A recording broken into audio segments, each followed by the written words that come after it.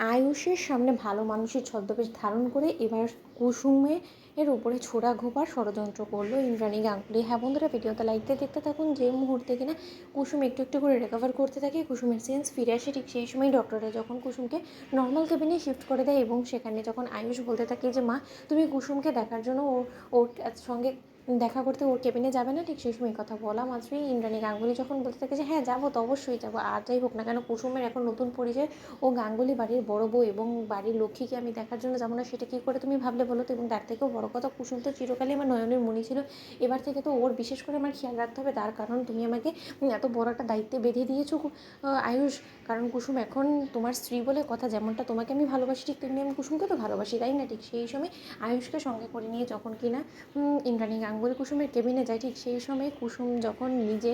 স্মৃতিতে সিঁদুর দেখতে পায় এবং নার্স যখন বলতে থাকে যে আপনি সত্যিই খুব ভাগ্যবতী যে এরকম একজন স্বামী পেয়েছেন যে কিনা নিজের প্রাণ অবধি উজাড় করে দিতে পারে আপনাকে রক্ষা করার জন্য, ঠিক সেই সময় এই কথা বলা মাত্র নার্স যখন বলতে থাকে যে আপনার পরিবারের সমস্ত লোকেদেরকে সাক্ষী রেখে সমস্ত লোকেদের মুখ বন্ধ করার জন্য সেই রীতিমতো আপনার স্মৃতিতে, আপনার অচেতন অবস্থায় আপনার স্মৃতিতে সিঁদুর পরিয়ে দিয়েছে, ঠিক সেই সময় ইন্দ্রাণী গাঙ্গুলি যখন ঢুকে পড়ে কেবিনে এবং কুসুম তখন বলতে থাকে যে দেবীমা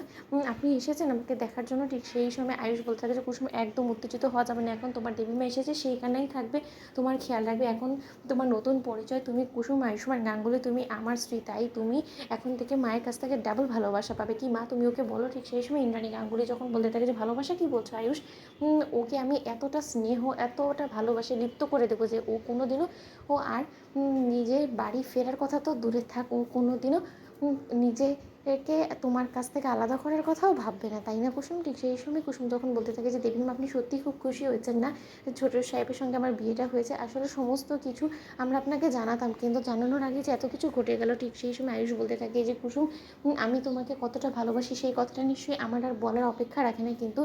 আমি সত্যিই নিজেকে ভাগ্যবান বলে মনে করি যে এখন আমরা পরিবারের সমস্ত লোকেদের আশীর্বাদ নিয়ে আমাদের নতুন জীবন শুরু করতে চলেছি। এখন শুধুমাত্র তোমার বাড়ি ফেরার অপেক্ষা মাত্র, তুমি বাড়ি ফেরো, তারপরে দেখবে মা আমাকে কথা দিয়েছে যে ধুমধাম করে মা আমাদের বিয়ের আয়োজন করে আনুষ্ঠানিকভাবে তোমাকে সামাজিক স্বীকৃতি দিয়ে তোমাকে আমাদের বাড়ির বউ করে আনবে, ঘরের লক্ষ্মী করে আনবে। ঠিক সেই সময় কুসুম বলতে থাকে যে এতটা সুখও কি আদৌ আমার কপালে লেখা ছিল, এই সুখ কি আমার কপালে আদৌ সইবে? ঠিক সেই সময় ইন্দ্রাণী গাঙ্গুলি বলতে থাকে যে এই সুখকে কী করে ঝেঁটিয়ে বিদায় করতে হয় তোমার জীবন থেকে কুসুম সরকার, সেটা ইন্দ্রাণী গাঙ্গুলির খুব ভালো করে জানা আছে, কারণ তুমি ইন্দ্রাণী গাঙ্গুলি লেজে পা দিয়েছো, এর ছোবল তো তোমাকে খেতেই হবে। তোমার এত বড় স্পর্ধা আর সাহস দেখে আমি স্তম্ভিত হয়ে যাচ্ছি যে তুমি এখনও ভাবছো যে তুমি সত্যি যোগ্য এই গাঙ্গুলি বাড়ির বড় বউ হওয়ার। এর জন্য তো তোমাকে এমন শাস্তি আমি দেবো যেটা কিনা তুমি জীবনেও কল্পনা করতে পারোনি। তো বন্ধুরা লাইক কমেন্ট শেয়ার করে সাবস্ক্রাইব করতে ভুলো না।